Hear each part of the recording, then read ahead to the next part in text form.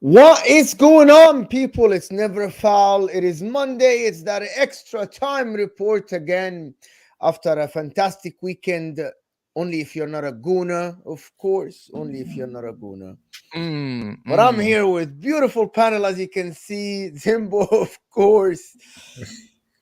Cass invited you specifically for this episode, Zimbo. Did you notice that? Like, just this guy. Like, yeah, I know. He left the whole season. Mm-hmm. And he's like, well, did you want to be a guest with us this Monday? I see how he operates. I mean, I saw the message come in. I thought 3 times about ignoring it, but I was like, you know what? Fuck it. I'll just face the music. Because you know what it is? You know what's going to happen, yeah? It's either we can be a little bit more humble with Arsenal today, innit? We can eat some humble pie with you innit? And ask you some decent questions. Mm-hmm. It's not really a one way we're going to get onto more time. I'm going to wait till Truth's TV because Truth is hiding. Truth is hiding, yeah. Mons and me are waiting, and we want you there. You understand? I'm not joking. I'm not joking. I wrote down 8 questions for Truth TV. 8.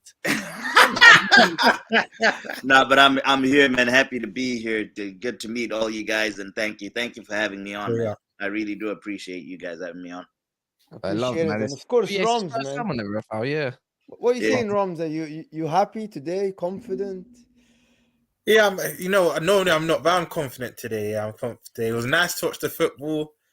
I've realised Daps said something is true. When your team plays on the Monday, it just means they're relevant. It means they're out. But I'm confident tonight, yeah. But I'm just ready to chop up all of the weekend fixtures, and I'll give you a bit of my thoughts on tonight's game. I big up Saeed. Saeed, if you want to jump in, if you want to jump in, let me know. I can put a space in the middle of that pitch for you. You know what I mean? Just like how Brighton got in the middle of the pitch and destroyed Arsenal. You know why does why is he saying he should be worried? He might not make top 4, Saeed. I don't know why he's worried about me. It's all right. Let me tell you now how this is going to work today. Yeah, we're going to ask you the questions and you're going to answer. Other than that, there's no point talking. Oh, do you get it? Do you get the memo? I'm joking. Oh God. But anyway, it's gonna be long for me. One place to start, of course, the Emirates Stadium yesterday, 3-0 Brighton. The Derby taking Arteta to school and back. But seriously, you guys. Did you think, like, let's just talk seriously. Did you guys think this game was going to be easy? Because a lot of gooners said that the game was going to be easy after Newcastle, of course. But we didn't think so. Like, every neutral thought that, yeah, this is the Derby, this is Brighton. They are due a reaction for their coach. And that's what we thought. I'll be honest with you. Brighton's never easy. I mean, you mentioned the fact that they just come off that 5-1 beating from Everton. Never easy having to face a team like that. However, on the flip side of the coin, I at least expected my team to show up. They didn't even leave the locker. Those guys didn't do anything yesterday. There wasn't even a phase of play where you could say, all right, Arsenal was at least in control of the game for 5 minutes. All I asked for was 5 minutes. I couldn't even get 5 minutes at no point yesterday, kind of thing. So it was yeah, that's what she said. So it was more I mean, credit to Brighton. They played very, very, very well, but that was possibly our worst 90 minutes that we played this entire year. We, at no point were we in the game. At no point did we do anything in that game. I mean, Arteta just sat on his hands up until 60 when he started doing the subs, bringing on Partey and them. I mean, the early substitution, Trossard coming on for Martinelli, that was forced by injury, but he didn't change much. And then when he did change much, it was even worse. It was just Partey by himself in midfield being overrun. He's playing like crap.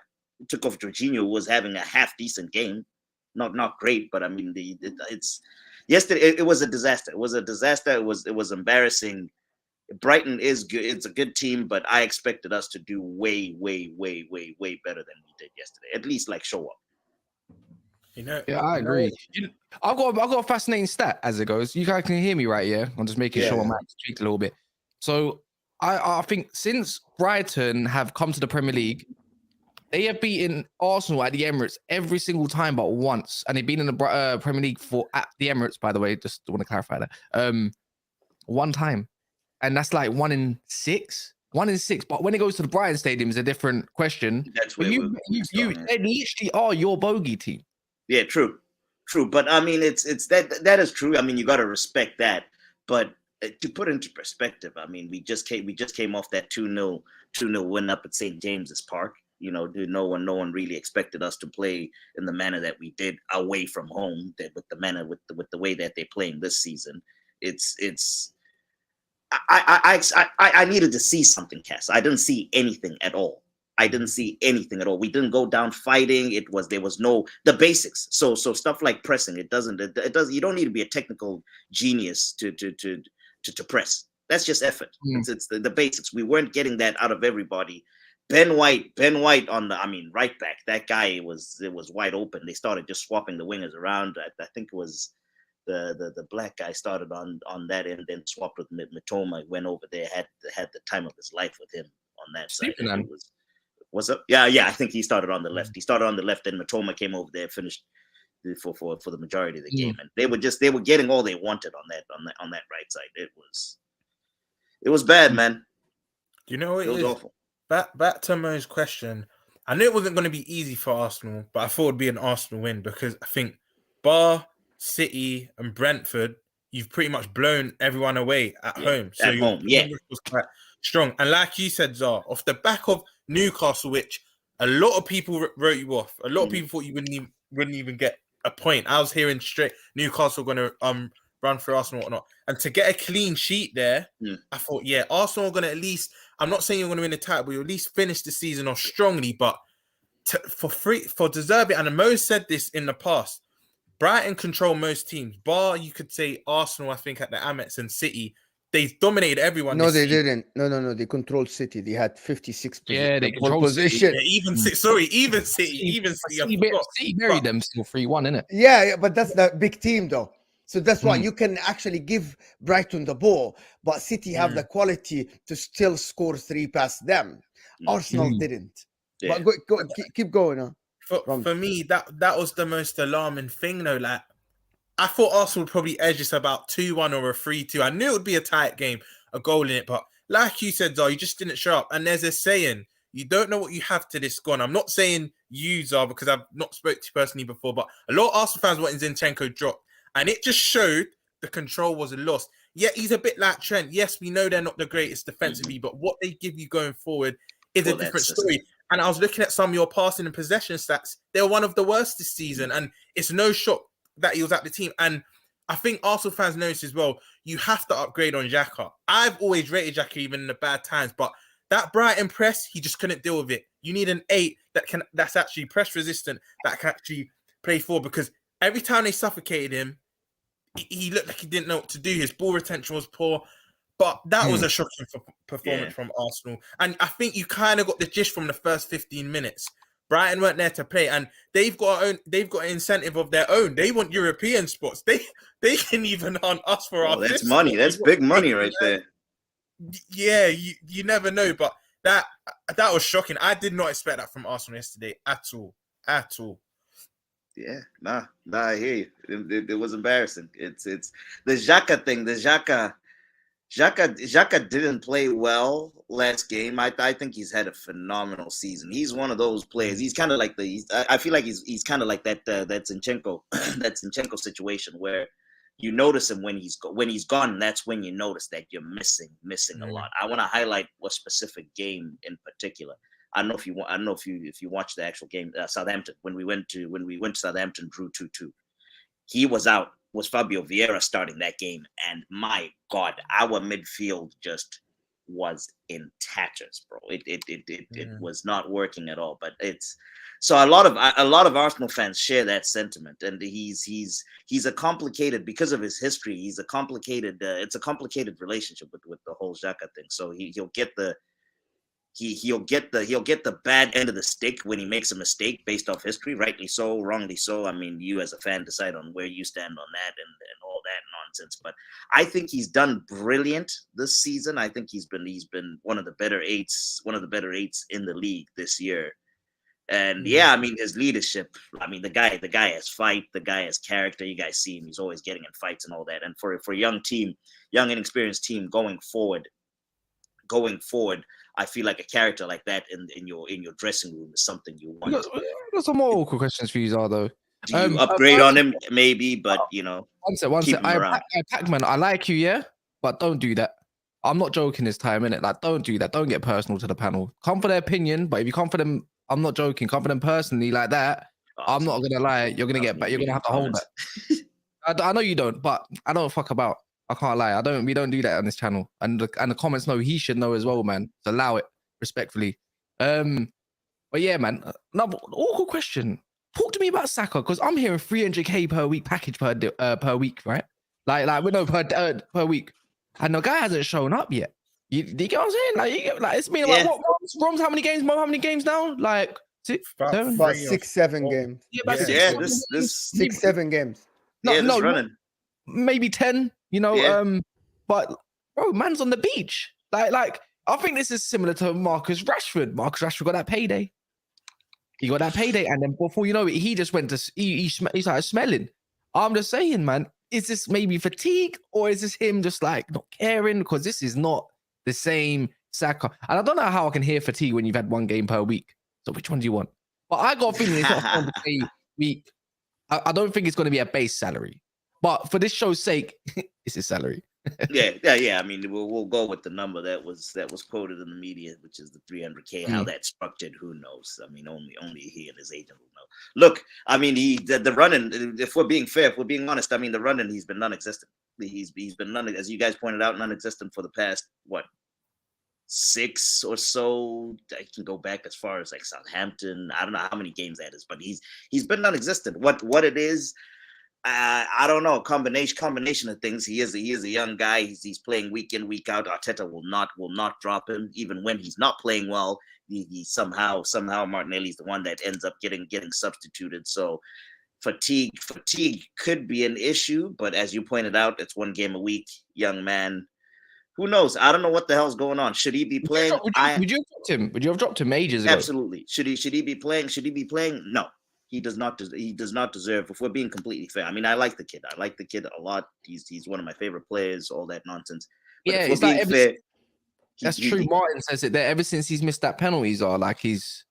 I know why he can be dropped, Z. I know why he can be dropped, because Arteta only works with 11, 12 players. Everybody else is not even suitable for the style he plays. And that's a big problem for Arteta. Because if he drops Saka, I don't think you play the same football. And that's a big problem for this coach. Look at someone like Reece Nelson, right? With the limited amount of minutes, it takes footballers. You need rhythm. You need rhythm to get going. This guy is coming in 10, 20, 30 minutes, making impacts. He won us the game with the last minute winner. That was Bournemouth and all. Sorry to cut in, bro. I hear you, because a lot of us fans said maybe he should start and whatnot, but starting and being an impact sub is a different pressure. I hear he's come on and he's done well. He's done very well, and I give it to him. The goal against Bournemouth last minute, where including myself, I thought that was done. There's certain things that happen in title race. I thought, you know what? Even though there's a lot of season to go, this could be Arsenal's year. But we've seen this a lot with players. When you come off the bench and you're just told to a certain instruction for a certain amount of time, it's easier than actually, cool, you're starting now. You need to make impact from the off. You need to kind of leave your impact on the game. So the Reece Nelson stuff, I think, we need to be patient with that, because I think if he was to start starting games, then not play well, fans would just be like, yeah, just put him back on the bench, and it would just kind of be a toss up. It doesn't necessarily have to be Reece Nelson. The bigger point here, I believe, is the fact that Saka is ineffective. right? He's ineffective right now. Why does he keep starting?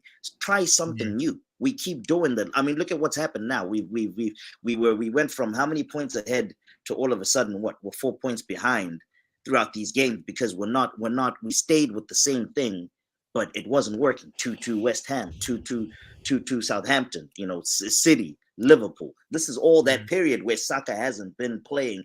He hasn't shown up. So I hear what you're saying, but it's like, dude, he's ineffective. I mean, Trossard, for example, each time he's come on, he's had a big impact. I mean, he stunk it up. He stunk it up this game. This freaking howler. This freaking howler was one of the. Jesus, what a fucking idiot that guy was, dude.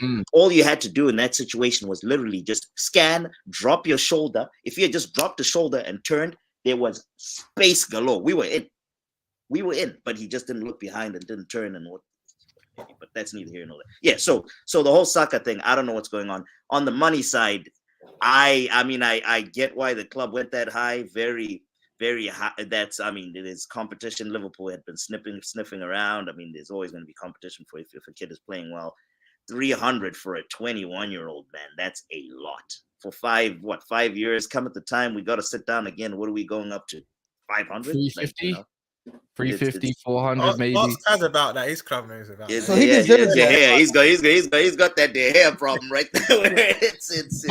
I think Saka deserves it for one reason. At least my club can afford I'll tell you why. Because I wouldn't say I'll count Arsenal as a club, you don't have a lot of it's not a lot going for you. So you need to keep this guy in. Like this guy, there's a talk that Man City wants him, right? There was a little bit of a talk in Spain that maybe Real Madrid are looking at him at the right winger. You know that what I'm talking about. So for Arsenal Football Club, who hasn't won the Premier League for 20 years, and he is your superstar, he's your star boy. It's not only that he's a youngster now. Everyone that wants to buy Arsenal jersey all over the world, who do they go to? They look at Saka on the back of that jersey. So if you want to keep the guy and you want to convince the guy that, listen, we'll build around you, you need to pay him the top dollar. It's as simple as that. It's not that Foden with Man City, if Foden, for example, doesn't agree on a contract for them, they will say, find yourself another club. We are successful with or without you. But for Saka, Arsenal, he is the guy. And that's the difference between him and everybody else at Arsenal. And that's how I'm looking at it. Arsenal need to convince Saka to sign the contract, not the other way around. No, that's fact. I 1,000% agree with everything you said right there. I would just change that word. I wouldn't use the word deserve. I wouldn't use the word deserve yet. I think he deserves. It's a big show of faith. He's been carrying Arsenal for 3 years. He does, but I mean that at that high, it's a big show of faith. So I have nothing against the number. I just wouldn't use that word deserve yet.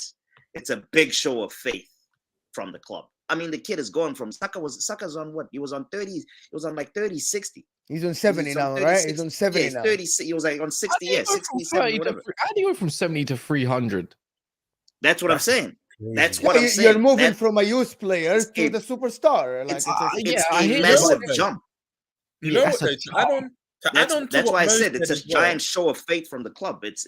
I wouldn't say deserve yet. Just to add on to what Mo said as well.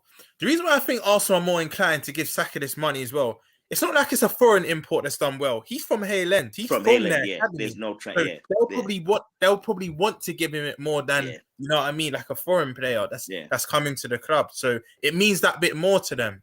Yeah.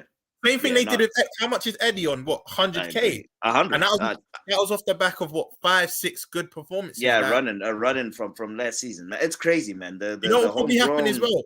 If ESR stays now and has 9 good games, Arsenal then probably give him a 250K contract. No, you're right. You're right. That homegrown rule, man, gives the English homegrown kids a lot of leverage in those negotiations, and it's.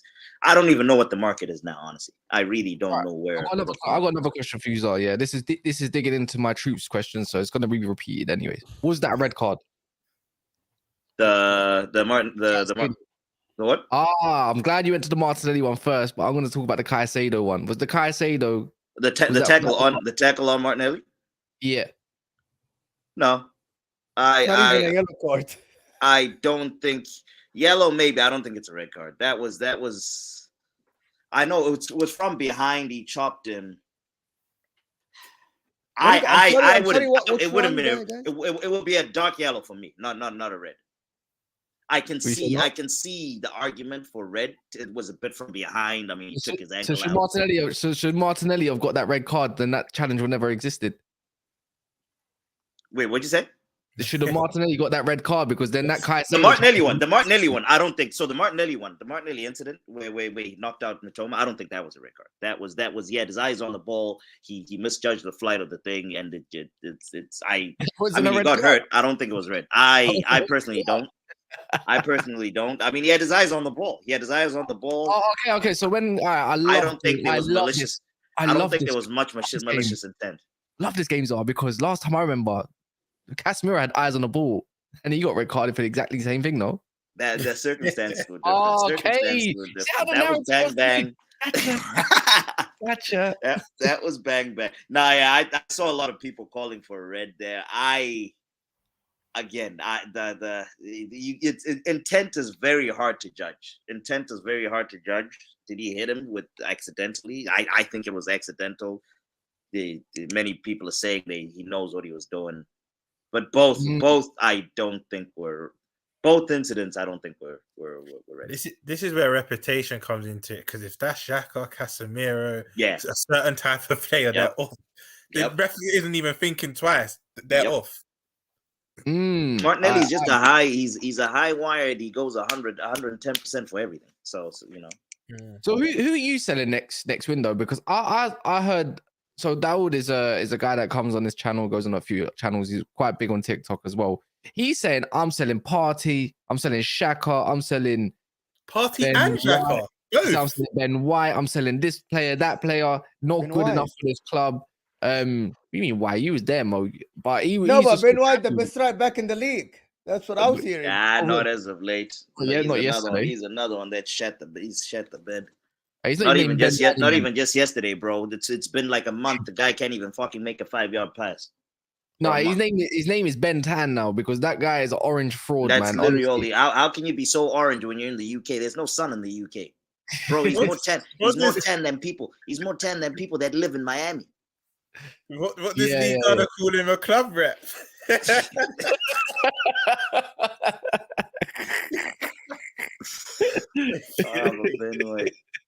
Yeah, so who are you selling?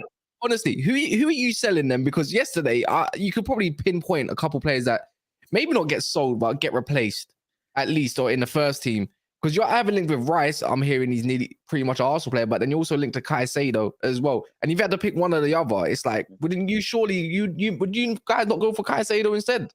We got to be realistic here, right? So it's how serious do the Cronkies want it? Now that we have Champions League football, Cronkies are all about revenue. They have the extra stream of revenue now. How much are they gonna put into the squad? It depends on how much they're willing to do. I'll tell you this: all the guys that are on loan, if we can, they're gonna be 2 or 3 that might be hard to get rid of. Those guys shouldn't come back. Clear all the loan. So like Pep. So Pepe, for example, is one of them. Pepe is one of them. Ainsley Maitland-Niles is one of them. It's unfortunate, but I mean, since we're moving forward, unless he wants to come and agree to be like an understudy, be like a number 2 or number 3 striker, we might have to cash in on Balogun. I heard he wants to leave anyways. Yeah. So you know, I mean, a kid he's had taste of first team football now, so he's not going to want to come sit on the bench. So, you know, get rid of the guys on loan. Within the squad, we need to upgrade. We need to upgrade at central mid. We need to definitely upgrade at central mid. I think if Partey is willing to sit on the bench, but he's a high wage, I'll get rid of Partey. Honestly, I'll get rid of Partey. Upgrade that. Yeah, upgrade that with either a Rice or a Caicedo or whoever. Xhaka I would keep. For experience reasons. Right. Smith Rowe now is you know how I am with my Hale End guys. You guys have seen how I defended Eddie till I die. The Maitland-Niles was the one before that last season. Anyone threw a thingy, but if we're being realistic, I love him. It depends on how. I don't even know how long he has on his contract, but we might have to. Bro, he can't stay fit, man. He can't get fit. It's because of his growing pains. To be fair, you look at him yesterday next to Arteta. Brother is tall, fam. He can't stay. We might. I mean, I'll give him a chance. I'll give him a chance, one more chance to get healthy. But it's like, all right, dude. Like, this is the last. I love him and I like him. I like him a lot. It's just he can't stay fit. So I would. Sorry. You know what, so I actually read that it was actually your medical staff's fault because when he come back from Huddersfield on loan, apparently these problems started there. And because you lot were in a bad situation, I think the year we won the league, he had to play. Him and Saka were your two players at the forefront. But they never actually looked into what the problem was. It's only till this season they said, look, let's give you surgery and whatnot. If you had done this, maybe you couldn't really because of the situation we're in. But had you just taken a risk and actually worked on it years back, he probably wouldn't be this injury prone. He probably would be a starter in your team now. You know who I'm thinking about right now as you say those exact words, where I think why did we dick around? Saliba. I'm worried about the whole because I don't know if you guys remember that Saliba injury. No, his injury. The Saliba injury initially. It's a back injury though, to be fair. No, but initially it was he's out for a game. They're working on it. Apparently they're working on it, but they said he's out for a game. Next thing we know, he might be available for Man City. Oh, he might be out for the season. Does he need surgery? Does he not need surgery? It's I'm worried that we might have mishandled that. But yeah, ESR, I don't know, man. Last kind of straw. Eddie, of course. I mean, I love him, but we gotta upgrade there. If we're serious, I mean, this season we did well. If we actually want to take it forward with multiple competitions too, with the Champions League, we're gonna have to upgrade. Well, let me ask a question. Would you think that you need an upgrade on Gabriel Jesus? I think so. So he's as much as I like him, and dude, I'm trying to win the title. I'm not laughing at you. I'm not laughing at you. Hey, Liverpool should go and get him then. If that's the case, get him, Liverpool. That's your perfect. Well, man, I'm not laughing at it. My problem is you the fan base of Arsenal are very reactionary. Because if you look at the beginning of the season is not only the last 6-7 games, it's 38 games. Probably the first 20 games with Gabriel Jesus or the first 18 games, you were brilliant. Scintillating football, fantastic football. And that's I'm looking at these games. Ben White, Saliba, Zinchenko, Xhaka, everybody's played. But because you lost 6, you didn't lose, basically. You lost one game. But because of that run of form, you guys are saying we need an upgrade on this, an upgrade on that, an upgrade. No, maybe you just needed a better depth. Maybe you just needed your coach to work better with the bench players, because it looked like when you missed one player or the starting 11, you really struggled. So I don't think the problem is Gabriel Jesus or Saliba or Xhaka or Partey. Partey was one of the best midfielders in the league. The problem is your coach needs more experience and a better depth, probably. But you guys you're reacting really bad to a bad run of form. That happens with a lot of teams. So by upgrade, I don't mean sell. I don't mean sell. By upgrade, you mean put on the bench and get a better player. Get a player in that position that can, because for example, as you said, as you pointed out, he's done phenomenal. He's done. Actually, let me not even. That's a bad example, but I mean, it's like, I mean, Partey gets injured before Jorginho came in. It was El Neni coming in. You know what I mean? So it's by upgrade. I mean, get someone in that position. There's certain positions where we don't. So, like for example, right back, we're fine. Right back, I don't think we need an upgrade. I think we're fine at right back. We have Tomiyasu and Ben White. I actually think you need the right back. I was just about to say that. You can't say you're fine because Tomiyasu is not reliable. And Ben White is not a right back. You guys have to admit that the pressure on Saka's shoulder was immense because Ben White is not a right back. He's not. True. He's not. He's a center back converted to be a right back. But he's not your typical right back that would go forward, tuck inside the pitch, support Saka, do this and that, and get the pressure off the winger. Like look at Stepinian with Mitoma, for example. That's a left back for a ball position team. Ben White isn't.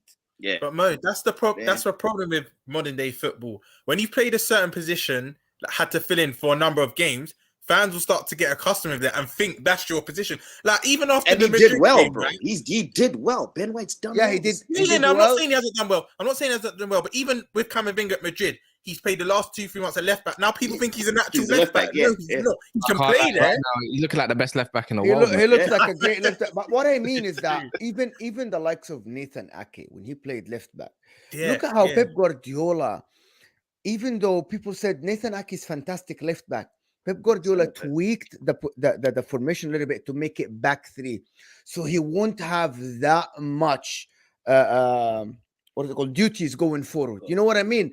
But Ben White still has to go forward, come back to the line, cover, and support Saka. I don't think he's that guy. I John think Stones is he's the centre back playing DM. but not even- DM, but slots in a center back, goes here and there. I Like know, even bro. Trent's but alright. what I mean is that you cannot rely on Ben White to be your number one right back. And I That's I how I agree always with felt that. I always felt that Ben White is more of a maybe a right center back or something if you're going to In play a back three. A Yeah. back three centre back. That's what I think he is as well. Yes, thank you. I don't know, man. Zara, man, I ain't heard you talk from the start. You said about Arteta, bro. Why does your coach only have one way of playing? That's where I think you went wrong. You Yeah. got your one way of playing. You're getting sussed out now. Like it's just like Yeah. 4-3-3, same thing. Cut inside. Jesus, Yeah, you're and it goes to that point that you figured out that more pointed out that if you double on the Saka side because Ben White doesn't bomb forward, he doesn't come forward, that's Saka ineffective kind of thing. I don't know, man. I some will say it might be inexperience. I think it's a combination of factors. I think it's a personnel. He doesn't have his full personnel kind of there yet. It's because I mean to change a system, to be dynamic in a system, it needs more than just an 11. Because I mean, an 11 will play a certain way. It's more of a squad thing. So it could be a lack of his personnel, a lack of experience. I don't know, but there's been instances like this last game where try something new, dude. Change something. Like do something earlier, and he just doesn't I do didn't that. mind your Klopp a little bit because I remember when Klopp tried to implement the system in the first couple of years, Roms, and bro, no matter how many games in that or how many leads get, like I remember he tried to put the pressure from the teams just to press from the front for all the time, intense, All the fast time. start and everything. But towards the end, cost you Europa League, cost you a lot of actual things, and you just gassed out. Tackles are a form of defense, and even he realized. But to be fair, to add context to that as well, he didn't have his pieces there. Once he did, that's fair. That's fair. Once he did, it calmed down, and we had more various way of playing. So The rest is basically obviously history. The rest is history. But you're right. Like it was just one way of playing. You had to outscore teams to even win the game. It was literally chaos. But I am seeing glimpses from Arteta as well because he needs to find, especially with Champions League as well. Mm. Oh. We got a big window. FSG came for his internet connection, man. He's like, no, but I was on top of that as well. I was thinking along the lines of like, bro, has Arteta not just tried to copy Pep? Yeah, he's trying to. But No, I think you were more direct than the normal Man City. More way direct? more direct. Yeah, way more direct. But I mean the base of the system. Yeah, ball position. Do you want to say that the Derby is copying Pep? We invert at the exact same position. The left back is one that inverts, not the right back, and all. Yeah. But sorry, just before I escape at one point, I just want to make sure I get this out. I've been seeing a lot of chatter on the internet. There's a lot of people that barely got 40 points. For their clubs barely got 40 points out here, holding victory parades, doing little bits, calling Arsenal bottle jobs and all that. Yes, we were ahead. Did we mess it up? Yes. Did we bottle it? Yes. But to act like people are acting like this is like the worst team in the history. We pushed one of the greatest Man City sides on the planet to what, 3 game weeks out from the end. And then we got people Wait, with whoa, teams whoa, that whoa, have whoa, 40 whoa. points, 40 You didn't points push over them. here. You didn't push them. They pushed and shoved you. Oh yeah, there we go. We made it even better. That makes us even look a little bit better. I mean, they ended up eating us alive, but it's like, Yeah, but there's no victory in being the best number 2. I mean, Mom's knows all about that. no, Being I a bride. get that, You but know? then people, I mean, the victory parades for us coming number 2 Yeah, from it's a people great achievement from people's considering. clubs that didn't even show up this season, spent $600 fucking million and barely broke 40 points. That's embarrassing. People call me embarrassing. That's All right, embarrassing. cool. Let's call it long may it continue. I love it. I'm loving it. This is one of my highlights of the season, looking at Oh. Chelsea fans. It's But That's anyway, I can't believe it. They were all in my DMs yapping away. Oh, you bottled it. You bought. I'm like, dude, your fucking team sucks. What are you talking about? You just spent $600 million. Are you doing Chelsea fans? pounds. Yes, 600 million pounds. pounds, $700 million. $1.24. No. 600 million Oh my pounds. word! Yeah. I can't take him, man. I cannot Inter will take be him. broken next year, Mo. Well, we're already broke now, so it doesn't matter, bro. We're broken. We're in the semi-final of the Champions League, and you're fighting relegation, so it doesn't matter. How you feeling about that? That one's 2-0, right? That was a good comeback. We're okay. We're okay. I'm okay. All right. We'll get the final. We'll save the world. We'll beat City. We'll save the world. Please. We'll save the world at the final of the Champions League. If I Real don't Madrid see don't that do it. because you're gonna hear that's coming from the room next door, even though he's at work, saying, "Whoa, whoa, whoa, whoa, whoa! Yeah. Hold on, Mo. Hold on."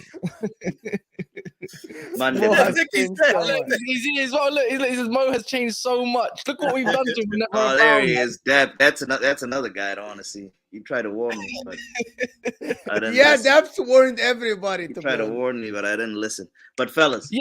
unfortunately, I gotta you're gonna run. I got a meeting in 5 minutes at work. I had a lot of fun, man. I really appreciate Cass inviting me. I wish it was in better circumstances when I was on top of the world and I could have just come here gloating and all that. That would have been more fun for me. But We've Cass had that all Cass season. doesn't work like that. He'll kick you. I bro, do. I saw the message. I was like, this fucker. True. Oh, it's crazy. But anyway, yeah, now I gotta run. Thank you though. Thank you, everybody. Make sure you subscribe, like all that nonsense. I appreciate you guys having me on, man. Yeah. Yes, Thanks, that's- man, for being here. You guys There you take go. it easy. In a bit. Okay, 260 people here, and we're only on 120 likes. Again, an embarrassing stat. Of course, like Arsenal losing the league. Like what? Like Rom's team not making top 4, of course. You're gonna lose today, bro. Let's talk. Forget my Arsenal now. Yeah, let's talk on Liverpool. Let's not talk about Liverpool until the loser win today. Let's talk about Man United.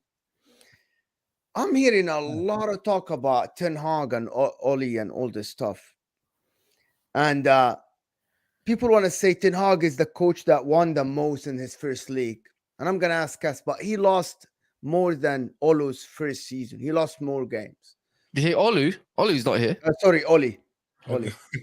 Olu's not here. Yeah. He hasn't though. He has, yeah.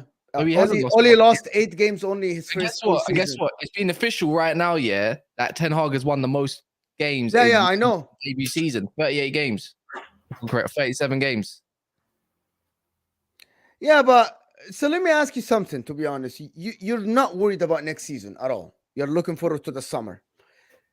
I'm gonna remind. Do you remember that summer where you got Ronaldo and Sancho, and they were the missing piece for you to challenge for the league? Do you think you are ahead of yourself a little bit, thinking about next season and stuff, or you think it's a process still and there's not much pressure on? It shouldn't put much pressure on Ten Hag, because Man United fans are putting pressure on Ten Hag.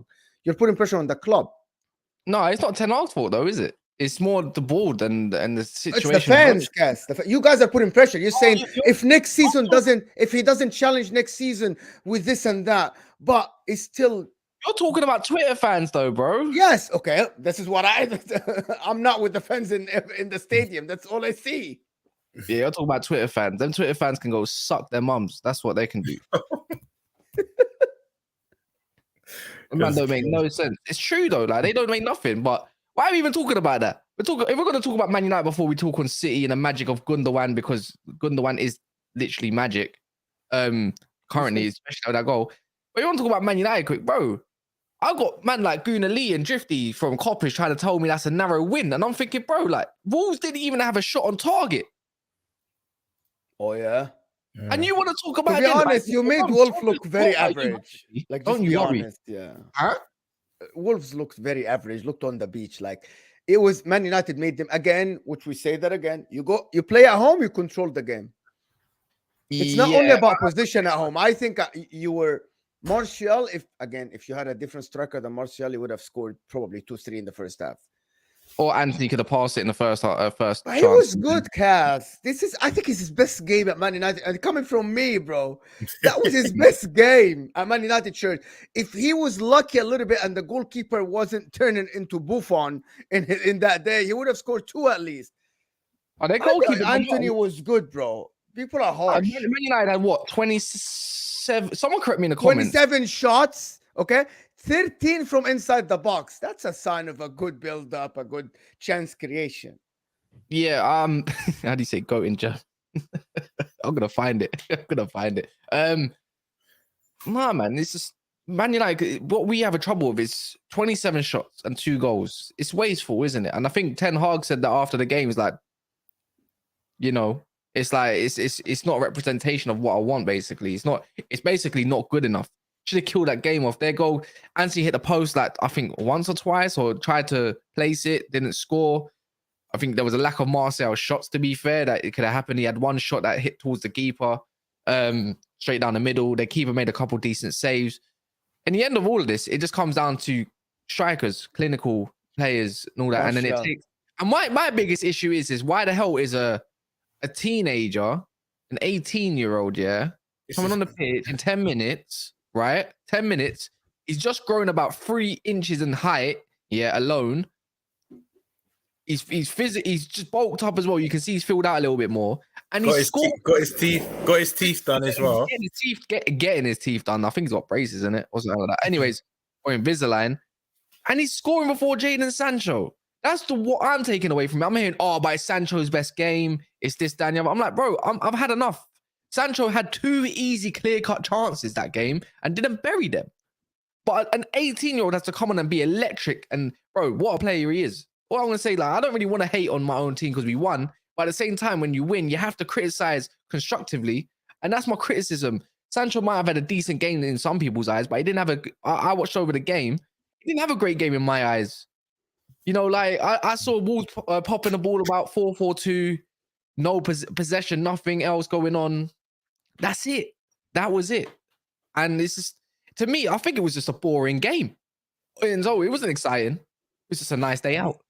I was just going to ask you, because I wasn't watching that game. I was watching the Villa and Spurs one, but apparently Lindelof's just carrying on playing well. He's proper filled in, whatnot. But I was going to speak on Garnacho because it makes me sick to the stomach, but the potential he has.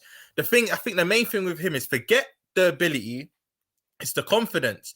He knows he can be, the sky's the limit for him.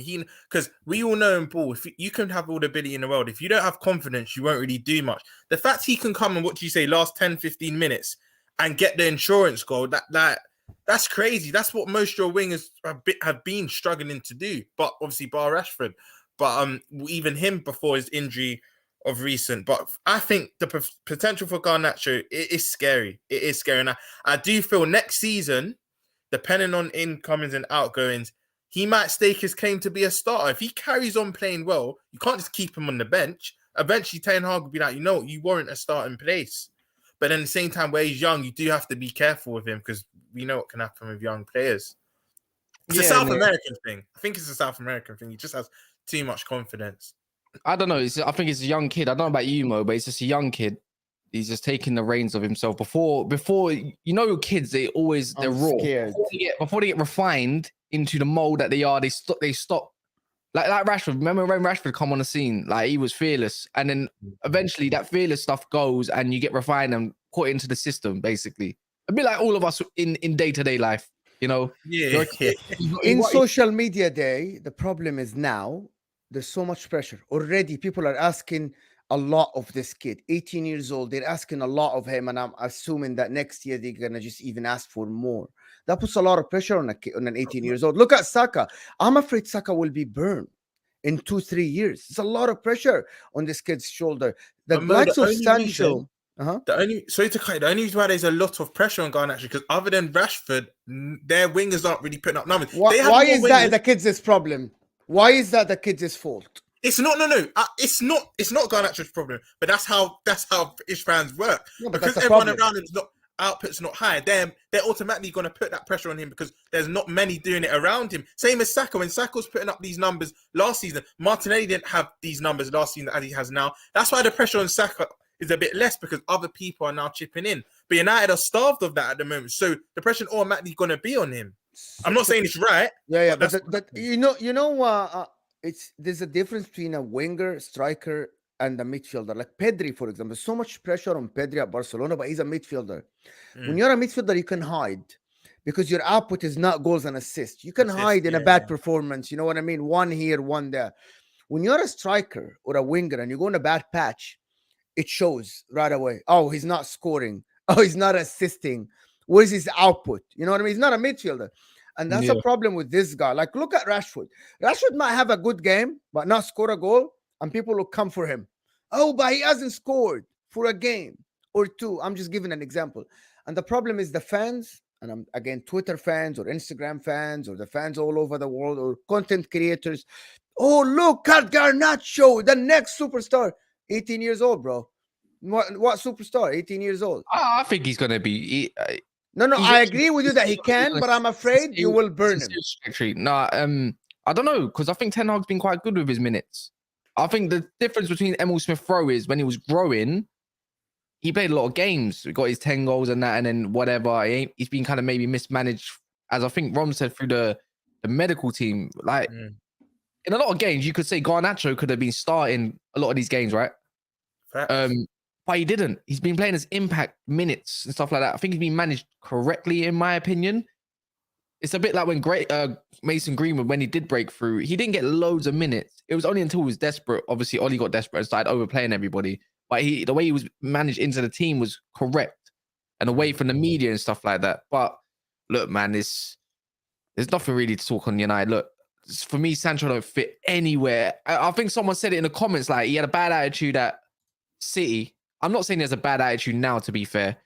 So the way I look at it is like, if you want to stay at this club and fight for your position, wherever it may be, are you going to do what's needed? Because I was watching a Patrice Evra documentary and he was saying along the lines, he had a first awful 6 months at Man United.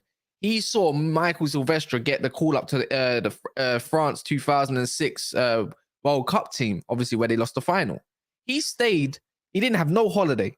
You know, he watched everyone around the club. He stayed and literally bulked up, trained, and everything that you need to do throughout the summer in ready for the preparation for the new season, rather than having leisure time. Is Sancho going to do that? I don't know. I don't see it personally, and I don't know how much he wants it. But if he wants to go and have he's already had a 3-month break, if we're going to call it for what it is. I know it was not the typical holiday break, but you're in your own world at that point, you know? So I want to see what he wants to do from there. But I'm seeing, look, to wrap it up on Man United, because I don't even like talking on Man United too much, because they weren't really the highlight of the week. Obviously, we can talk about top four. I think Newcastle probably much more topic interest of this show.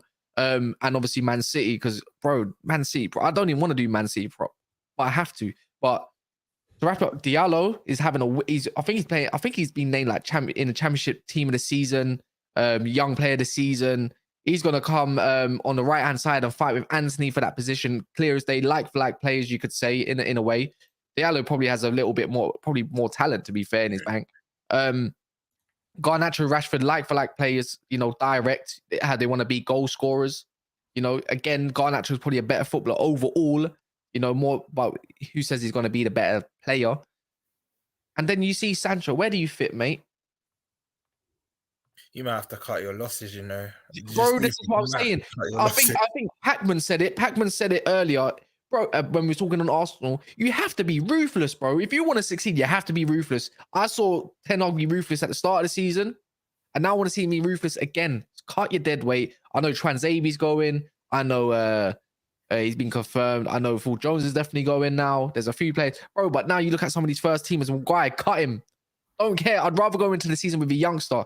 You know, go get me someone else. Go get me Mengi or something like that. Cut Sancho out the team. How do you cut him? Yeah. How do you cut him? 50 million, bro. Look, someone will take that man for 50 million. 50 million. You lose 22 million on him, don't get me wrong, but that's Man United's 10 years summed up. This might be mad, Kaz, but maybe even a year or two loan where you split the wages. Go back to Dortmund. If they're going to sell Bellingham, go to Dortmund again and go redo your Who's going to pay them wages, though? Who's going to pay them wages? You might have to maybe look at a 1 or 2 year loan and you go half and half. I think Sancho cares about playing football, innit? I don't think he cares about the money as much. I think now he's earned his bit. But if he wants to care about his football career and he wants to talk about his mental health and not playing and all this stuff, because if you're not playing, it does affect a footballer's health mentally because you want to play. Go and do your thing elsewhere, mate. Because right now, unless you have 3 wonder games and if you have a sick game against City, if you get to play, we'll have another conversation. But that's 1 game out of the whole season. I haven't seen him put in a 10 out of 10, 9 out of 10, not even an 8 out of 10 performance. Actually, 1 8 out of 10 performance, Liverpool. He was wicked. You know, before you said I was there. That was his best performance in United shirt this season. And it's just like, I hate it because he's a South London guy, just like myself, you know.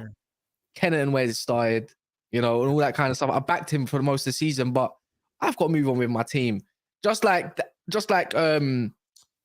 it's probably a bit like, what's his name? Cancelo and City fans, got to move on, mate. No matter what it is. Liverpool fans, Mane, got to move on. You just got to move on.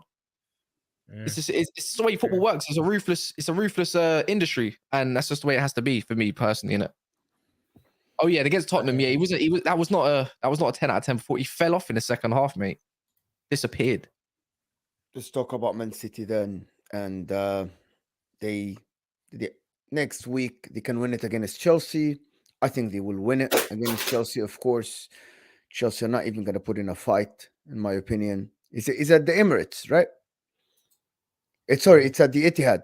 At the Etihad, yeah. Yeah, so I think City will win it there, 3-peat. And this is it. Nobody can challenge Pep Guardiola again and again. And running out of things to say about this team because it's like, you know what's funny? I know there's a cliche thing happening in football, but I'll ask both of you two. I think I know your answer. Did you ever think Everton were even getting a draw? Yeah, yes, I did. Did you? Yeah, I did. Genuinely. No. Listen, I'll tell you why. This Bozo guy that I don't know how he plays football in a top division in Europe, Holgate. This guy. This guy is not a footballer, bro. Both feet are left. You know when you're right foot? I'm not. Yeah. And then both feet are left. Like this guy is left feet. Like seriously. I'm not hurt. People saying I'm hurt. I'm not hurt. You guys are just so good. It's jealousy. I don't know why. You know what the worst part is? Sterling is gonna play that game. Oh yeah. And I'm bitter. You know what?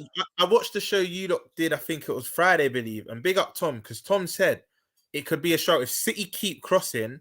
Everton would Tarkowski and it plays into their hand, they'll just header it out. And for the first 10-15 minutes, that's what City were doing until Everton didn't. Morris faced the crossing to Gundo. Me and Daps said I'm not joking, yeah. Me and Daps, I swear, Daps said, we're not winning this game. Because Everton were playing sick, yeah. Yeah, they were. And they had 3 corners in a row. You remember the 3 corners in a row? Daps, I'm not joking. It must have been about 7 seconds before that. Before the Gundogan goal, we said, if Man City keep crossing the ball, it's playing into Everton's hands. Like you're not going to get anything. Before you know it, Gundogan, I don't know what chest control and then flick he done, but boy. Yeah, that's quality, bro. That's composure. A header. Composure, quality. That's the difference. Composure, quality, coaching style. Like you haven't. By the way, Gundogan was in the 18 about 2-3 times before that. I think this is just genius from Pep. I That see. sometimes if Haaland is marked, you get a midfielder to go inside the 18, Yeah. and he did the job. It's absolutely fantastic. That goal for me is reminiscent of 2 goals. Arsenal fans will remember. I don't know who it was against, but remember Bergkamp's one where he's controlled it and kind of flicked. I think it was Sheffield Wednesday years ago, like in the 90s. And remember, it kills me to say, remember Berbatov's one, Kaz, 3-2 against us, where he's controlled it and kind of bicycle kicked it, where you're controlling it from a certain height. Wait, was it 3-2? I thought it was 3-0. Don't do that. It was 3-2 because Gerrard scored that game. No. I swear it was 3-0 when he scored that that overhead kick. I'm pretty sure it was against Pepe. 3-2, I promise you, 3-2. Because I saw it the other day. It was 3-2. It was 3-2. Oh, it was, yeah. Mad game. But that is Berbatov-esque, where you're controlling it from a height and you still steer in. But the thing is, why it was even harder for Gundogan because his back was to goal. Like his actual back was to goal. And to have the awareness to literally put it to the side of Pickford, that's crazy. Only a handful of players can do that. But the minute City, it's crazy. The way we thought City wouldn't score a goal is exactly how they scored the goal. And the minute that first went in, floodgates. Sorry, the minute that first went in, I said this could be a marauding 3-4-0, and it was. Hey, it's Gundogan, one of the best midfielders to ever play in the Premier League. He's up there. Clutch 3 seasons. Not top 10. I know. That's what I was going to say. Maybe maybe conversations in the top 10, maybe. But... who said? Hamza said yesterday that he's better than Gerrard. Oh yeah, 100%. Oh, better than Gerrard. Oh, you agree? Yeah, 100%. Gerrard's overrated, bro. Do you know what? Yeah, this is the only thing about modern day football. Cool. Gundogan, like you said, he's one of the best we've seen in the league, but he's not top 10. And let's be honest, before the last 5-6 games, maybe City fans, yes, but generically, was anyone speaking of him this highly? Yes, he does come clutch. Yes, he comes clutch in run-ins. But I think this is just more recency bias. Maybe it's because I'm a Liverpool fan, but he's not better than Gerrard. Yes, accolades will tell you different. Yes, of course they would. He's won multiple, 3 times the amount of trophies Gerrard's won. But to say he's better than him, no, I think even that's a why not. You don't believe that with your. So hold on. Why is he not better than Gerrard? Is Gerrard's ability is better than him? No, you know what it is, Gerrard. To be fair, I'm lying. He's not better than Gerrard. Like Gerrard took a not so good Liverpool on his hands plenty of times. I'm gonna come to this question now, but let me talk about Gerrard. So Gerrard for me was a leader, amazing runner, can shoot and stuff. I think Gundogan is completely a different player, and I think Gundogan is a better footballer than Gerrard. No, it's not hard to be a better footballer these days than back in the day, though, because you can say that. Even defenders are technical. Do you get what I'm saying? A lot of defenders, not just a minimal amount. I mean, Steven Gerrard was in a Prem for ages. Like we could talk about Gundogan's time before he went to City. We wouldn't put him in that comparison to Gerrard. I know he's had a few good seasons for in that Dortmund team, though, back to back. He was him and that double pivot with Bender. He was immense as well. Yeah, I know, but he was injured all the time. He's been doing it for actually 10+ years. That's one thing I'll give Gundogan. And I know I'm not going to say a lot of us watch the German league, but to say he's only been doing it recently, a bit crazy. But for me, like Mo, I actually agree with you. I think Gundogan's probably natural ability the better footballer than Gerrard. I agree. But the overall player, the versatility, for me, Gundogan couldn't play left back, right back, or a deep line 6 in the latter stage of his career. I just think for me, overall as a player, Gerrard's the better. If you're gonna go natural ability wise, I can hear it, but not better than Gerrard. That's crazy. Gerrard's clutch. Like, let's be honest, Gerrard's clutch, like FA Cup, Champions League final. So they're kind of similar. They can all play if you needed to. DM. No, Gerrard can play DM if he needed to. He's done it a couple times, but not. No, Gerrard played DM for a while for Liverpool. He played DM. Wasn't he with Coutinho? With Coutinho, he played the DM role. Yeah, but that's his later career because he had to drop deeper because obviously Coutinho and Hendo were yes. But anyway, so is it Yaya Toure or Gundogan? For me, it's Yaya Toure. Yaya Toure. Yaya Toure favorite players ever. Yeah, me and Daps were talking about that yesterday as well, and we were talking about look, it's similar. They can play each role, but except Yaya can play DM, but he just can't be bothered to play DM. You get what I mean? He just couldn't be bothered. But you know why Yaya Toure can actually carry a team by himself. Yeah, second best. It's probably the second best penalty taker in Prem history as well, believe it or not. Free kick taker, he was absolutely Free kick taker, he was magnificent. wicked. But you can't say it was so was Gundogan. You see that one yesterday? He barely ran. It was one step bang. He thought this was goals. Yeah. He thought this was Power League, like literally. So I think they're both. Yaya Toure can That's on the shoot. wind-up, Yaya you Toure know. can shoot, can cross. You had told me, yeah, Yaya Toure or Gundogan, Pete Gundogan. I'm picking Yaya Toure, man. I'm No, I'm so picking sorry, Yaya but Toure, Yaya Toure 100%. is an animal. I'm with you. Animal, man. That 13 to 14 season of running, like Mo said, taking games by the cool. That Gerrard and Yaya, them two are very similar in their leaderships, taking the team by the scruff. Yaya Toure over Gerrard every single day of the week. My bias wouldn't let me. Yeah, but to be honest, on ability, I don't think there was ever a midfielder like Yaya Toure in the Premier League. Him and David Silva were a cheat code. Wait, did you say ability? Mo, I think Vieira, you can make that comparison with Vieira and Yaya Toure. Toure was Yaya Toure was a dribbler, bro. Yaya Toure would take the ball and dribble 2-3 guys, bro. That's different than Vieira. Vieira could dribble as well, trust me. Patrick Vieira. No, Yeah, not yes, like Yaya dribble. Toure, bro. Don't ever do Vieira dirty like that. Oh, he used to play for your club. Vieira could dribble. No. I'm talking offensively. Yaya Toure is different. Patrick Vieira was kind of a box to box. Quick one. What midfield would you prefer to have? Rodri, KDB, Gundo, or Bernardo? Or Fernandinho, Silva, or Yaya? Which one? Option A or B? Option B. I'm picking option B personally. I'm taking option B. David Silva, Yaya Toure, and Fernandinho. Could you say older version? Did KDB and Yaya play together, or not really? Not they didn't. No. Was it young KDB that came in? Yeah, young KDB. Actually, no, they did. They didn't play together. I don't think they did. I'm taking option B personally. I think that's just that midfield was scary. Yeah. Scary.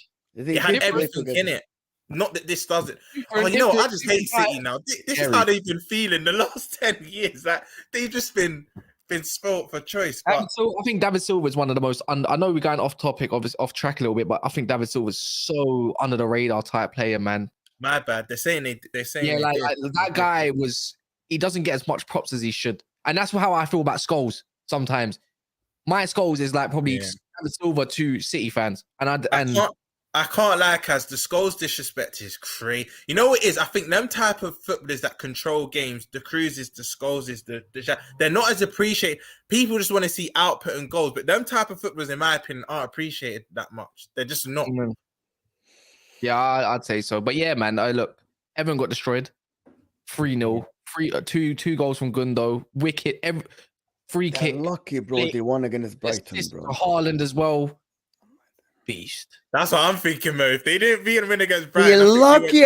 Dude, Brighton had 4 XG. Okay? And Everton had 2 and they scored 5. Dude, that game you know what the maddest thing is? Yeah? So weird. This guy, what's his name? The left-footed guy, McNeil. He turned into Messi somehow. I'm like, yo, why? You should have not won that game. You know the maddest thing, and me and Daps were saying it's funny. Imagine if City did drop points and lose, and then Arsenal lost. That would be my scenario. I wanted this to happen, so I can laugh. Can you imagine? So, that would have been the icing on the cake. I swear that would have been more of a meltdown than yesterday. I believe, man. But Everton are gonna stay in the league because they play Bournemouth at home the last game. They play Wolves already on the beach. I wouldn't be so sure, man. Yeah, but you see the other teams, bro. Like the other team, like Leeds gonna play West Ham away and Spurs at home. I don't think they're gonna get any points out of these games. The reason why I say West Ham away they could is because West Ham are gonna put their all into who they got AZ the second leg. Yeah.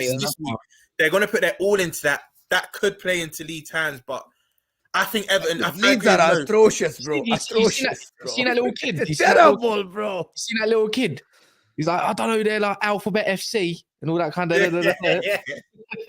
you know he's been? Do you know? I don't know if he's injured, but you know Leeds' record signing that Gunter. I don't know how to pronounce his name. Nyonto. No, not Nyonto. They signed Oh yeah, that guy that played only 8 minutes or something. 8 minutes, yeah. Is he injured? Probably because he was supposed to replace Bamford. He's their record signing. I've not seen him Let's move on to the Newcastle game because we might as well talk on the top 4 situation. I know we could talk a little bit of Spurs, but they're at the bottom of the barrel for the reason. There's no point. If you're there, not even a talking point as much. But Newcastle, they dropped points as predicted pretty much by a few of us. To be fair, Big Sam, I think that's just pretty adamant on it. Big Sam, Newcastle relationship, they probably would have wanted this game. But can we talk about how shit Bamford is? He's so... I said before, 2 players for me that I don't know who chose them when they were youngsters: Patrick Bamford and Calvert-Lewin. Whoever scouted these kids, you know when you're like 10 years... Lewin's way better than him. Really? Way better. Yeah, I see your point. He's better than them, but both of them for me, I'm like, how is Patrick Bamford a footballer in a top division again? It's ridiculous. Even the penalty, even how he took it, is it just me? It just didn't really make sense. He kind of hit it without power, but then it had, I don't know. It was a weird. I was in the car listening to on TalkSport Radio, and Daps went into the petrol station. I'm like, I heard they got a penalty. I was like, yes, they got a penalty. And Daps comes back out, like, not even 2 minutes later, I was like, bro, Newcastle squad. He's like, how's that happened? Like, they got a penalty in the other end. I'm like, bro, they are so shit. They just need to get relegated now. I'm done with these. I'm done. I want them to get smashed. I don't like the club anyways. I'm probably sure the fans are all right, obviously. But the club is, I can't stand it. You just need to go.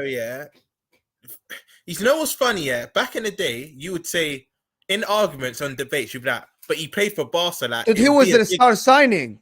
You remember coming from Barcelona, he was the star signing for Bielsa. I thought he was going to be decent. Now Barca is just signing everyone because how the hell was he ever La Masia? And how he wasn't La Masia. He's coming from Real Sociedad. Oh, he wasn't. Oh, my bad. I thought he was La Masia. So yeah, but he's not. He was playing against these. That every foul, there was no caution. It was just let me just fly in and try and break this man's.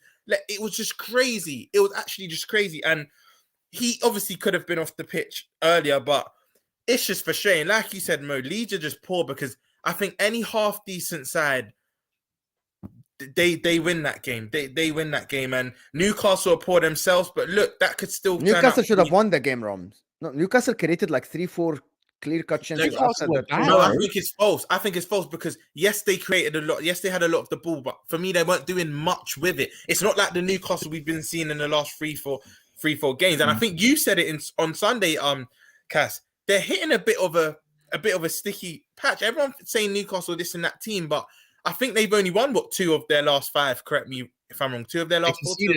No. They won 3 games. 3 of their last 5. And then now 2 games without a win. So yeah. Do you think it's just reminded me when the pressure came for the Carabao Cup, they fluffed it. Bruno Gomes looks injured as well, to be fair. He looks like he's playing on an injury. He didn't have a good game yesterday. I think even the commentators say he's not looking like himself. Against Arsenal, look the same. He hasn't got that burst of speed that you would see. Maybe there's an ankle injury somewhere or potentially somewhere. But no, Arsenal been battering. I mean, Newcastle been battering teams. They've been battering teams. I don't think it's 3. I think it's like 6. I think they were the better team against Leeds. No, anyone can be the better team against Leeds, but for Newcastle standards, for what we know, especially with their weight, we should have won that game, especially going 2-1 up, right? Because it goes to show, look, Newcastle don't need to play amazing to go and get a result sometimes. And against Leeds, I'm not gonna lie, that was a Newcastle's doing. That was just more clumsy mistakes. Look at what Firpo did with a hand. That wasn't gonna amount to nothing. And then who's the other one? Who I think it's Verba. What are you doing? Absolutely clattered that man. Like no tomorrow. I'm thinking like, bro, you're 1-0 up. What are you doing? And they got a bit of luck at the end. So I'm just looking towards Newcastle, thinking, is this Newcastle now, or is this where the pressure's mounting? Because you got Brighton, a hungry Brighton at the moment, wants to play for something as much as they want to play for Europe. One more from Newcastle. I'm sorry. You can't afford. You got to win that game now. I know Leicester's coming up on a weekend. That's a few days later. Leicester got a break. They're going to be hungry. I was going to say as well, I've seen a Leicester team, let's be honest, probably about the same ability. So shit. Look, I've seen Leicester teams on last day of the season that similar ability to what Newcastle are now, bottle the top 4. When it's all said and done, I still think Newcastle and United get 3rd and 4th. But the pressure is mounting and they are feeling it. No. Don't do that, Roms. You said you're getting top 4 and all this kind of stuff. Don't do that. I've got you documented as well. You know what's so funny? You're lying. You can't. You can't find receipts for me saying that. Only Monster's been doing that, playing the game by game thing. Don't think you think Man United that's gonna do it. You've been running your mouth. Don't do that. No, You're there's running no your receipt. Now how are you lying? Because there's no receipts. There's no receipts, bro. There's none. Cool. I'm glad you said that. Watch. Get Give me them. Get them. I dare you 24 to. hours. Because Give me here, 24 how hours. about this? The last time I said we'll get fourth is when we beat you 7-0. And that was what? March. And then we lost to Bournemouth and I said top 4 start. I've not said it since then. I promise you. Okay, Ramos. I've not said it since then. Loving this. I'm loving this because you've been literally the bandwagon man for this. It's just because I've been getting onto your club. But what I will say is the pressure is mounting on them, and you can see it in their results. And if Leicester do get a result against us tonight, not only it will be done for us, but they can maybe even go Newcastle and then take points off them. But Do you know what? I don't know, man. Do you know what? If you win against Leicester today, it's gonna come down to who wins more against Leicester City from you and Newcastle. Newcastle gonna get 5 points. They're gonna be 71 points. You're probably gonna get the 9 points, and you're gonna be on 71 points. I think they Yeah, dropped it's points. It's gonna come down to no. It's not that high. It's only 7 goals. Right now. Yeah, 7 goals difference between you and them. You're 25. They're 32. That's what I said. If you smash, let's say Leicester Exactly. today, like 5-0 is a different. So that's vision. the thing about. I think it's gonna come down to goal differential. To be honest. So Man United and Newcastle have to win 2 out of their 3 games to secure top 4. But the problem is I don't see Newcastle winning against Brighton and Chelsea. I see them only winning 1. You think they dropped points against Chelsea? Is Yeah, that they're away. They're away. And it's the last game at the Bridge for the season, so They want to typically give the last They might game- want to give Lampard a nice send off, innit? something like they can't wait. They can't wait to get on holiday, kind of thing, innit? Or Chelsea knock out Liverpool and just give Newcastle the game. No, I think That's what I'm thinking. I think they'll be like, wait, Liverpool, we're on You're to in the mud with us. It's not only us from the big 6 dropping out of the top 6. You know what I mean? On respect to Newcastle, and I know I would say again, and it called me harsh or anything like that, but if Newcastle do go and they probably do and get the job done. They've known to get the job done. Who says Liverpool's actually going to get the job done, bro? Like, who said Aston Villa Emery's going to come up and look at potential, like something to play for as much as the next person as well? So they've both got incentive to do something. I need to see what Liverpool can do tonight. You know how what, they play tonight. See how they're going to play against Villa. You're going to lap this up, yeah? Because I've been on this channel a lot the last couple months and I've not been confident. But we do win our last 3 games. I'll say that with chest. We do win our last 3 games. Tonight, and I know if we do, you're going to use this. But this is the first time I've come with chest in a lot of time. I said to you months ago, yeah, I need to see consistency from my team. We have now won 6 on the bounce. They're proving me wrong. Whenever I feel like I thought we wouldn't get results against Leeds and West Ham away. We have. They're proving me wrong. We do win our next 3 games. And I'm not going to say we're going to batter them, but I think tonight we win about 2-1 or maybe a 3-1. It'll be tight. Leicester will come out of the blocks.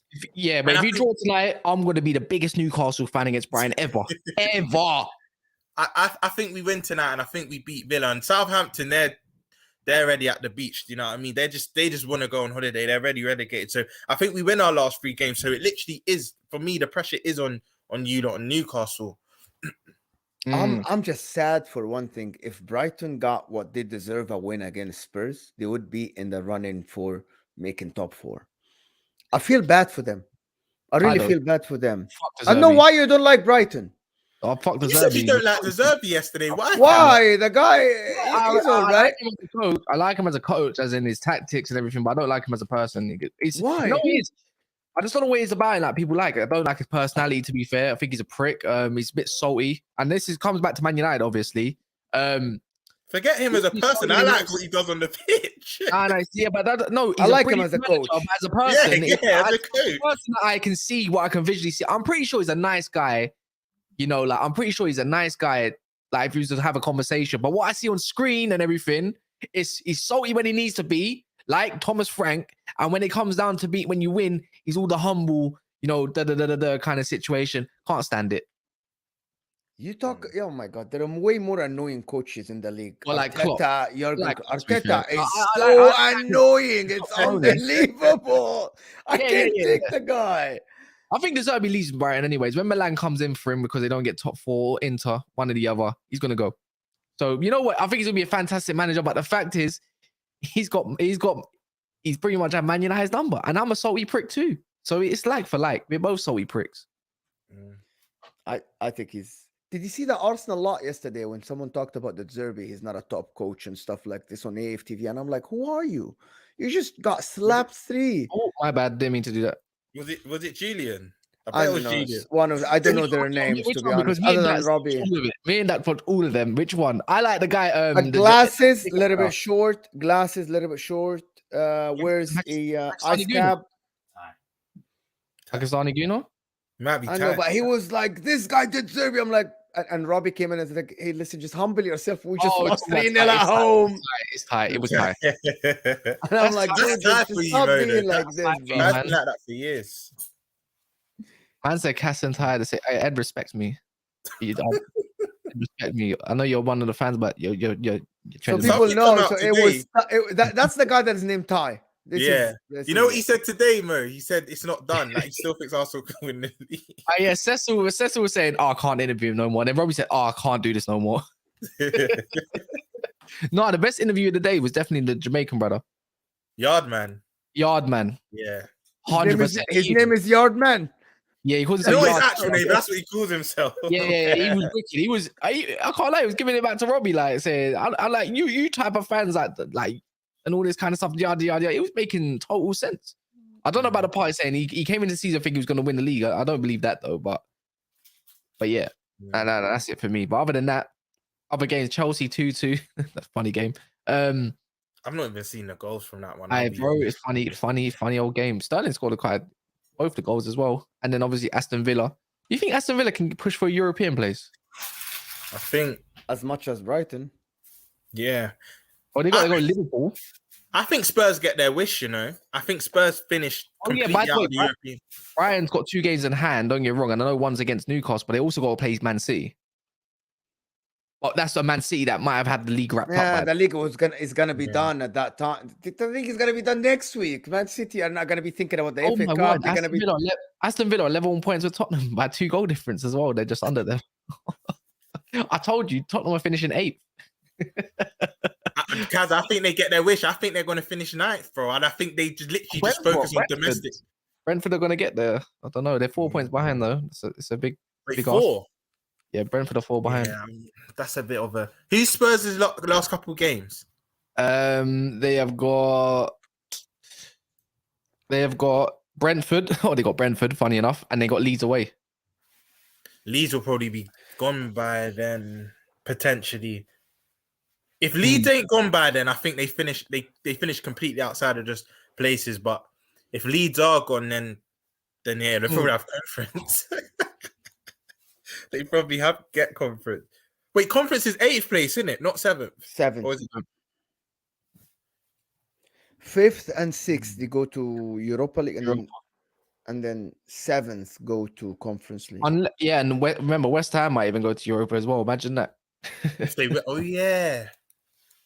Yeah, I think they come out though. I was watching that West Ham Alkmaar game, and you can see the golf in class, but West Ham are just a bit more clinical. But I think at AZ's ground, I think they get the job done. Yeah. 100%. Anyway, yeah. So can we get to 200 likes, people? It looks like this underneath the live chat. I don't want to like keep saying it every stream now. Got to remind people. Everyone needs reminders every day. Guys, remember to hit that like button, thumbs up underneath your live chat. Give me to 200 likes, please. Just hit it. It's not going to cost you a penny, but it helps us massively. Give me to 200 likes, please. I think that's about it, really. I don't need to talk about nothing else. Nothing else that's exciting. Nothing. That's obviously, the only thing that's coming up tomorrow is obviously the Real Madrid game. It's Real Madrid tomorrow, isn't it? Tomorrow? No. Tomorrow is Inter. They swap it. They swap it into Milan. Oh, that's going to be boring to watch.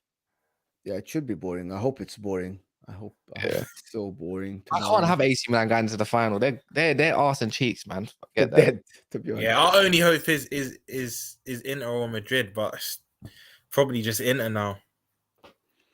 We'll see how it is. It might be Real Madrid and Inter in the final, or we'll see. I'd love that. No, you know, I only want that because I think I have way more chance against Real Madrid than Man City. Yeah.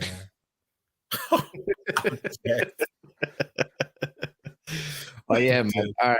Might as well wrap up there, Mo.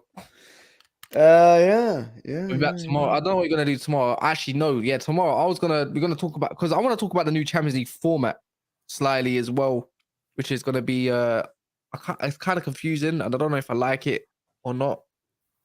But it looks like a money making scheme. It's garbage, bro. Yeah. And then We're probably at- do something, and probably mix that in with some Man City talk as well, I would say, because obviously Man City, Real Madrid, pretty sure that's what we want to talk about that. Yeah. Yeah, and then Maybe a late one. yeah, maybe, yeah. I Late don't one. yeah, maybe.